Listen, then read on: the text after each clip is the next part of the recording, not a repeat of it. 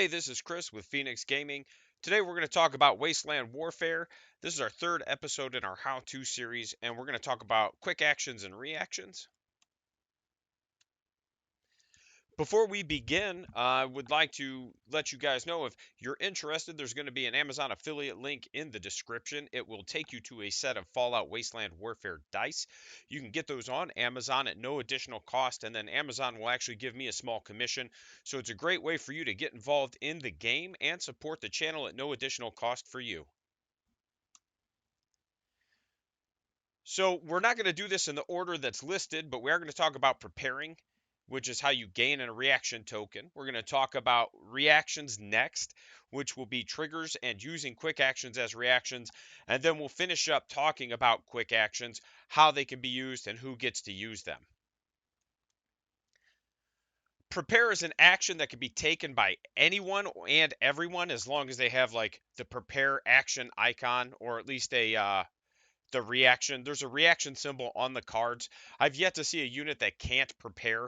However, a lot of them may not have quick action icons. If you look to the right, when you prepare, you put a reaction token or marker next to that unit to show that they're in reaction. And then if you see the second one, which is the prepare action point use icon, that's if you could use it as a quick action. Certain units can prepare as a quick action, and that's provided they have those icons, which we'll cover later. But what it does is it effectively banks your action to be used later in response to a trigger, which we'll talk about in a little bit. If your unit's in reaction, like I said, you'll place the reaction marker next to the model. And then when in reaction and the trigger happens, you may immediately use a quick action. You must be aware of the trigger, which we'll cover when we talk about triggers. And then in order to use prepare, like I said, as a quick action, you have to have the prepare quick action icon. If a model has the reaction token, again, see the right, and it is aware of a trigger, it may use a reaction. All reactions are quick actions and suffer normal restrictions and options available to the model using the reaction. For example, you can only use quick actions you have access to. Reactions are declared and resolved after the trigger action is resolved, but before the next action. When using a reaction, it is resolved after the opponent's triggering action is completed, but before the opponent's next action is started. This is pulled directly from the trigger timing section in the book. It is very vague the way it's worded because it really just says you can use your reaction immediately after they complete an action, but before your opponent's next action, which could lead to some confusion, especially if that action was their second action. What I take this to mean, and what I think the intent is basically you have to do it immediately after the trigger action is completed. So if you're doing your second action and then it's my turn, I couldn't do my reaction to you after I take an action, even though you haven't done your next action. Like I said, I think the intent is basically as soon as you finish a trigger action, I declare my reaction. Period. End of discussion. Reactions are declared and resolved after the trigger action is resolved, but before the next action, like I said. We're just continuing from the last screen. Any part of the action can be a trigger, but it still may only react after the action is completed. And what I mean by that is if the trigger action is a move, if you start the move outside of line of sight, like behind a wall, and then you move from one piece of cover to another, and you end that move outside of line of sight, because you moved through the trigger range, that counts as a trigger. So if I'm bouncing from cover to cover and I have to pass through your line of sight and within your trigger range, then that counts as activating the trigger, and I can take a reaction after you resolve that move. But what that does also mean is that because normal restrictions apply, if I move from outside of line of sight to outside of line of sight, if you choose to take that reaction, you can't shoot me because I'm not eligible to be shot because you don't have line of sight. But you could take a move quick action to try to move back into line of sight, for example. If the reaction is an attack, you may only target the trigger of the reaction, and you have to follow the normal line of sight rules.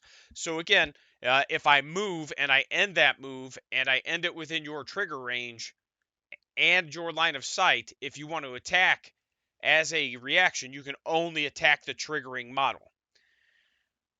If you're engaged, you may only respond to triggers caused by enemies you are engaged with, or you can make a move action, but only if you take damage from any source, not just models you are engaged with. That one's kind of weird. Basically, what that's saying is normally, if you're engaged with one of my models, the models you're engaged with are the only ones that could cause a trigger action. However, if you take damage from anything on the table, that counts as a trigger while you're engaged. When you make a reaction to a charge, if you choose to do a shoot action, you don't suffer the normal penalties for using a ranged weapon in close combat. That's also kind of vague. I'm not sure if that means your opponent doesn't get the additional armor bonus, or if it just, excuse me, or if it just means you don't take the -2 to hit penalty. I take that to mean you don't get the -2 to hit penalty, but I would still get the armor bonus because that's not a penalty to you. That's a bonus to me. That is how I would take that to mean. But you do ignore the usual penalties for using a ranged weapon in close combat. That is for that specific reaction only. But if the charge is paired with a battle cry, you can't use a reaction because battle cry basically ignores the fact that charges are a trigger. So if I decide to battle cry, if I succeed on my battle cry, I get to ignore the fact that charge is a trigger. You don't get to react to my charge. Which is good because, again, as I'm learning more and I'm sharing more with everybody, I'm seeing more and more how this game works. And Battle Cry seems very powerful if you can get it to work. However, the few things I've seen in the games that I play that have it, it's not very likely to work. There are limits to reactions. You may only have one reaction marker at a time, and in the rare exception that you may have more than one, you can still only do one reaction per trigger per model. So if you have something that allows you to bank 2 or 3 reaction markers, you can still only use them one at a time. Reaction markers are always removed when a model is activated, so they last from last activation to the next activation, and they also lose them after they react. So basically, anytime you do anything with a model, its reaction marker goes away. And reactions do not generate action points because they are quick actions. And when we talk about quick actions, you'll see that quick actions can't generate action points. Now we're going to talk about triggers. Triggers are actions that can prompt a reaction provided that the reacting model is aware of it. To be aware of a trigger, it must have happened within line of sight, but that's any part of the trigger. Think about the movement example we just talked about. And they have to be within an awareness range, which we'll talk about in a couple minutes here. The actions that are triggers are also based on your reaction range. So at any ruler length, any action except a prepare action is a trigger. And any friendly model hit by an attack within that range is a trigger. And what I mean by ruler length is, let's say your model has a blue reaction range. Any action that happens within blue and line of sight counts as a trigger unless it's a prepare action. And then if any of your friendly models are hit by an attack within that range, that is also a trigger as long as it's within blue and line of sight. At 2 ruler lengths, only movement actions and attack actions count as triggers. So your effective reaction range is actually double your reaction range. You just have restrictions on what actions you can use, or what actions can be triggers, I should say.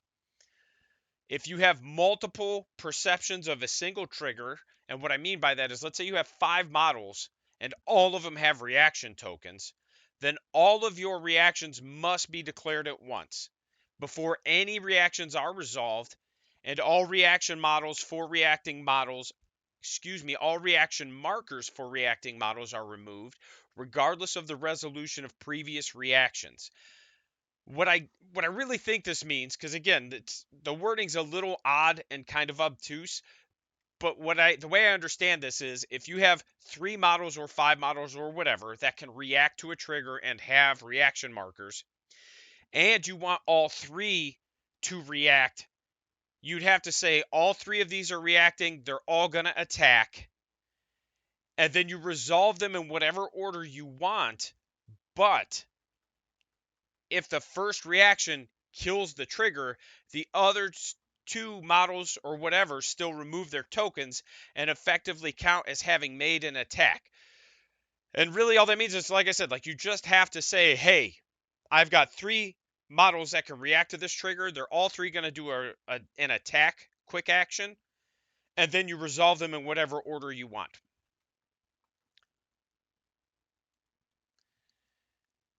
Now we're going to talk about quick actions. And quick actions are just that. They're bonus actions that can be performed either as a reaction or when a model has action points. When performing a quick action, it is resolved the same as a regular reaction or as a regular action, except all quick actions have a -2 penalty to the target number, and then all movement-based quick actions are 1 color shorter than normal.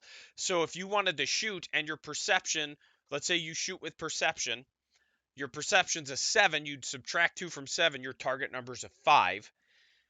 All movement-based quick actions are 1 color shorter than normal, meaning if you moved yellow, that would reduce to red for that quick action movement. And the same would go for charge. It's anything that uses movement goes 1 color shorter. Quick actions cannot generate more action points. So if you generate an action point and you use it to do a quick action, and then that quick action rolls the cog symbol, it would theoretically score an action point, but because it's a quick action, that action point is ignored. You don't get it. When performing a quick action, you must have the relevant quick action skill icon. And to gain action points, you either get them by rolling the cog, vault door symbol, whatever you want to call it, on the die. That generates 1 action point. VATs and other equipment cards that allow you to generate AP at the start of the activation by rolling an effect die. That's another way you could get action points. So if you're heroic, you gain action to VATs. And if you look at the card on the right, you'll see on the upper left-hand side of that card, it has the blue effect die, the Nuka-Cola bottle, and then the action point symbol. And what that means is you roll a blue effect die, and for every Nuka-Cola symbol you roll, you generate 1 action point. Now, being heroic is not the only way to get VATs. There's some sort of armor chest piece. I can't remember what it's called off the top of my head. I want to say it's like the commando chest piece or something like that. And there's a perk. There's a lot of different things that you could do to generate extra action points. Certain chems like Jet help you generate extra action points as well. Now, if you look at the right-hand side of that card, you're going to see a bunch of symbols, and they're surrounded by that cog vault door symbol. So the first of those is the move charge symbol, right? It's the play button, fast forward button in a circle with the vault door cog symbol around it. That means you could move or charge as a quick action. The second one is a damage symbol, and that simply means you can perform any attack as a quick action. However, if you were only able to perform ranged attacks as a quick action, you'd have a different symbol. Like, for example, if you had the rifle attack, right, or the rifle surrounded by that, that means you could use the rifle skill. So all that's really doing is telling you what skills you can use as a quick action. And then the atom symbol is an expertise. You could use the expertise as a quick action. Just remember, all those quick actions are going to have a -2 penalty, or they're going to be 1 ruler shorter as well. Any action points that you generate during your activation are lost at the end of your activation and cannot be transferred or retained. So if you roll heroic and you get 2 Nuka-Cola bottles, and then you, on your first action, roll the cog symbol, and you generate another action point, and then you have 1 base action and 3 quick actions, you use them or you lose them. You don't get to keep them. So keep that in mind. Now we're going to talk about some of the different quick action symbols that you're going to see. We've already talked about a few of them, but I wanted to bring them up on the screen. If you see the movement icon, which is the, like I said, the play button, fast forward button side by side, that's move or charge as a quick action. Just remember it's one ruler shorter. And then you see the damage symbol, that's an attack. However, I've seen them set up to where it's just the rifle skill, just the pistol skill, just the heavy weapon skill, etc. If it's the dagger knife, it's just a close combat attack. So just keep that in mind as you're looking at these different symbols. The base damage is an attack. However, you'll see different symbols if you're only allowed to do specific types of attacks. Again, we already talked about expertise, which is computers, lockpick, search, or presence. And then the final one is going to be prepare. Not everybody is going to have that, but some models are going to have prepare as a quick action. Keep in mind, though, if you prepare as a quick action, but you don't have access to any other quick actions, there's not really a lot of point in using your quick action to prepare. You're better off using your quick action to, well, really, you just won't get to use it, is what it's going to boil down to. And a good example of that is one of my Institute units has quick action prepare, but then doesn't have access to any other quick actions.